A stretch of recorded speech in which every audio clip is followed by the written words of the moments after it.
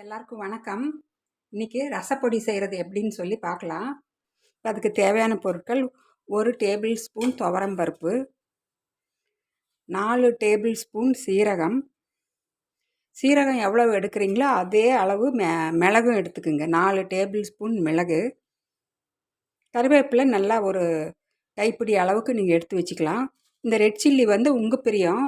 ஏன்னா நம்ம ரசம் தாளிக்கிறப்பவும் கொஞ்சம் ரெட் சில்லியோ பச்சை மிளகாயோ போட போகிறோம். அதனால் இப்போ நான் 4 மட்டும் எடுத்து வச்சுருக்கேன். இந்த பெருங்காயம் என்கிட்ட கட்டி பெருங்காயம் இருக்கிறதுனால 1 டேபிள் ஸ்பூன் கட்டி பெருங்காயம். தூள் பெருங்காயம் தான் இருக்குதுன்னா 1.5 டேபிள் ஸ்பூன் எடுத்து வச்சுங்க தூள் பெருங்காயம். விராலி மஞ்சள் இருந்தால் 2 எடுத்து வச்சுக்கலாம். மஞ்சள் கொம்பு இப்போ இல்லை, அதனால் நான் மஞ்சத்தூள் 1 டீஸ்பூன் எடுத்து வச்சுருக்கேன். வெந்தயம் 1 டீஸ்பூன் போட போகிறேன். அவ்வளோதாங்க. இது செய்கிறதுக்கு தேவையான பொருட்கள். இப்போ எப்படி செய்கிறதுன்னு பார்த்துடலாம். கடாய் சூடாயிடுச்சு, லோ ஃப்ளேம்லேயே வச்சுக்கலாம். இந்த கருவேப்பிலையை போட்டுடலாம். ஃபஸ்ட்டு கருவேப்பிலையில் இருக்கிற அந்த ஈரம் மாய்ஸ்சர் எல்லாம் போகட்டும். நம்ம வீட்லேயே ரசப்பொடி செஞ்சு ரசம் செய்கிறது அது ஒரு டேஸ்ட்டே ரொம்ப அலாதியாக இருக்குங்க. கடையில் வாங்குறதெல்லாம் ஹைஜீனிக்காகவும் இருக்காது. மிளகாயும் போட்டுக்கலாம். இப்போ வெந்தயம் 1 டீஸ்பூன் அளவுக்கு வெந்தயம்,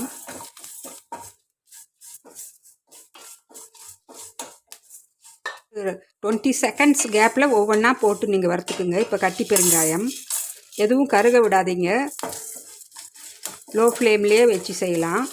இப்போ இந்த பருப்பும் சீரகம் 2யுமே ஆட் பண்ணிக்கலாம்.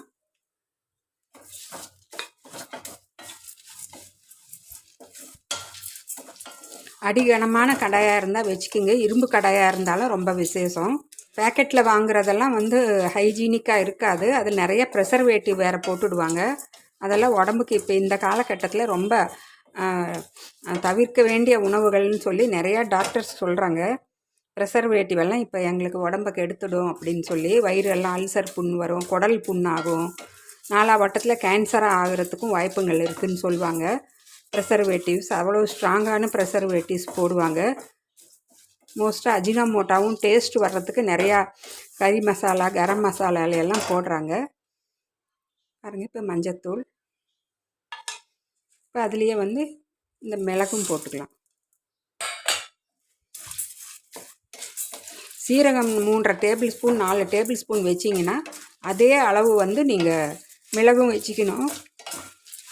வெந்தயம் ஒரே ஒரு டீஸ்பூன் இருந்தால் போதும். துவரம்பருப்பு 1 டேபிள் ஸ்பூன். விராலி மஞ்சள் இருந்தால் 2 3 கூட வச்சுக்கலாம். அது இல்லாத காரணத்தினால நான் மஞ்சத்தூள் ஆட் பண்ணிட்டேன்.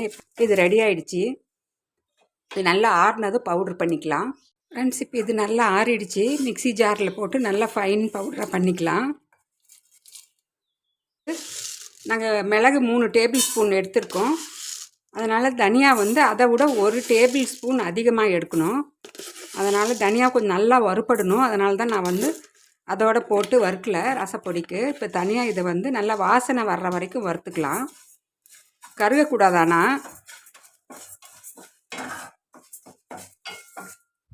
பாருங்கள். தனியாகவும் நல்லா வறுபட்டுடுச்சு. நல்லா வாசனை கம்மன்னு வர்ற அளவுக்கு வறுத்தாச்சு. இதுவும் நல்லா ஆறின அப்புறம் அந்த ரசப்பொடியோடவே இதையும் போட்டு நல்லா ஃபைன் பவுடராக பண்ணிக்கலாம். நல்லா ஆறிடுச்சு. இது இந்த ரசப்பொடி ஆல்ரெடி பவுட்ரு பண்ணியிருக்கேன். அதோடவே இந்த தனியா போட்டு ரொம்ப ஃபைனாக பண்ண வேண்டியதில்லை, கொஞ்சம் ரவை பதத்துக்கு பண்ணால் போதும். அதனால தான் இது தனியாகவே வறுத்துக்கிட்டேன். தனியாகவும் போட்டு பவுட்ரு பண்ணிட்டேன். இந்த மாதிரி நீங்கள் கொஞ்சம் தனியா அரையும் காலமாக இருக்கிற மாதிரி பவுட்ரு பண்ணி எடுத்து வச்சுக்கிங்க. அவ்வளோதாங்க, ரசப்பொடி ரெடி ஆகிடுச்சு. இது தாங்க நான் வீட்டில் செய்கிற ரசப்பொடி. இது மாதிரி நீங்கள் செஞ்சு சாப்பிட்டு பாருங்கள். ஹெல்த்துக்கும் ரொம்ப நல்லது. நம்ம இந்தியன் அஞ்சரை பெட்டியில் இருக்கிற அந்த ஸ்பைசஸே எங்கள் உடம்புக்கு ரொம்ப நல்லது. இது மாதிரி நீங்கள் செஞ்சு சாப்பிட்டு பார்த்து உங்கள் ஃபீட்பேக்கை கமெண்ட்ஸ் போடுங்க. இந்த வீடியோ பிடிச்சிருந்தா ஒரு லைக் பண்ணிவிடுங்க. ஃப்ரெண்ட்ஸ் ஃபேமிலிக்கும் ஷேர் பண்ணுங்கள். நான் மறுபடியும் உங்களை அடுத்த ஒரு இன்ட்ரெஸ்டிங்கான வீடியோவில் சந்திக்கிறேன். பாய்.